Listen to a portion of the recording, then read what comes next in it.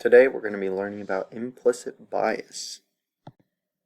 What is implicit bias? Implicit bias refers to the judgments we make of people without giving any thought. Here's a graphic with some typical things that you might have bias on someone without thinking about it. About gender, preferences, behavior, ethnicity, race, some of these things. Think about a time when you experienced or witnessed implicit bias. You may have felt this for someone else, or you may have seen someone else who seemed to just have this bias towards someone without even knowing much about them.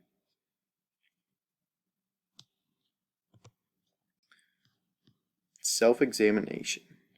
Self-examination is one of the main ways to combat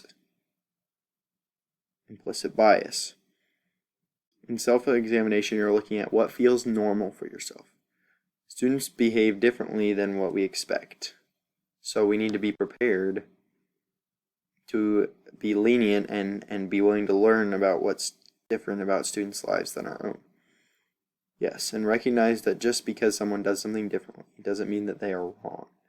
Everyone in your classroom will come from all sorts of different backgrounds and cultures and will have different things that they are socially acceptable for them. So you need to be prepared as an educator to be able to work with students to understand these various things that you may not be familiar with. What are some questions you could ask yourself that would help you understand your own culture better?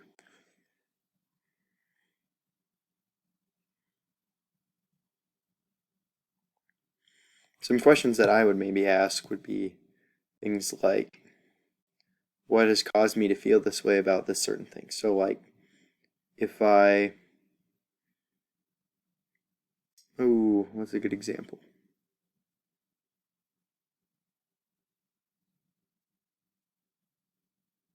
Yes, if I eat with silverware at the table or during snack, then I can think about why I might eat with silverware. And for me, that would be because my parents taught me to eat with silverware, and that was the polite thing to do, and that just reaching with your hand is not polite. There are some cultures where reaching is the thing that you do, and you don't eat with silverware, and you all eat from the same dish, and that's just how they do it, and that's what's acceptable.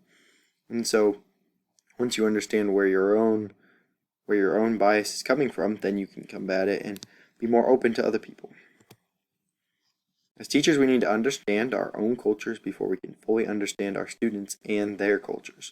Spend time thinking about the surface, shallow, and deep aspects of your culture. Once you are aware of your own culture, you will have a clearer view of what influences your teaching. Understanding your own culture helps you get a glimpse of your own implicit bias, which, once you understand implicit bias, you can combat it. Because implicit bias, like we defined earlier, is an unconscious prejudice towards a certain group of people for certain things that we're not familiar with. There are common triggers to implicit bias and the conflicts that come with them. All too often, people get into disagreements or other conflicts because they do not understand the triggers that trigger the fight or flight response in the amygdala. When this fight or flight response is triggered, students can't learn because they are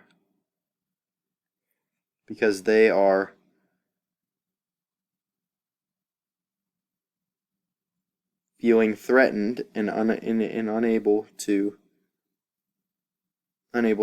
focus on what you're teaching. Discussion. Read this discussion and think of an answer. Thanks for watching the video.